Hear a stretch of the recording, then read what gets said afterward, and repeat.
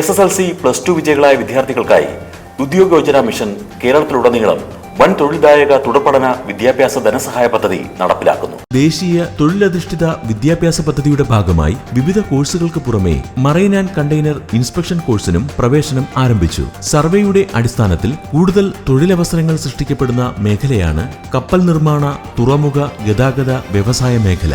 അതിന് അനുയോജ്യമായ കോഴ്സാണ് marine and container inspection course. തുടർപഠനം സാധ്യമാകുന്ന വിദ്യാർത്ഥികൾക്ക് ഉയർന്ന തുക ഫീസ് ഇളവും ലഭിക്കും. കേന്ദ്ര ഗവൺമെന്റിന്റെ വിവിധ തൊഴിൽ നൈപുണ്യ വികസന പദ്ധതികളുമായി സഹകരിച്ചാണ് പ്രവർത്തിക്കുന്നത്. ഇന്ത്യയും ലോകരാജ്യങ്ങളും കപ്പലുകളുടെയും തുറമുഖങ്ങളുടെയും അനുബന്ധ വ്യവസായങ്ങളുടെയും കണ്ടെയ്നർ ടെർമിനലുകളുടെയും വളർച്ചയ്ക്കായി വൻതോതിലുള്ള അടിസ്ഥാന നിക്ഷേപ പദ്ധതികളാണ് ആവിഷ്കരിച്ച് നടപ്പിലാക്കുന്നത്. വിഴിഞ്ഞം തുറമുഖം ഒരു ഉദാഹരണമാണ്.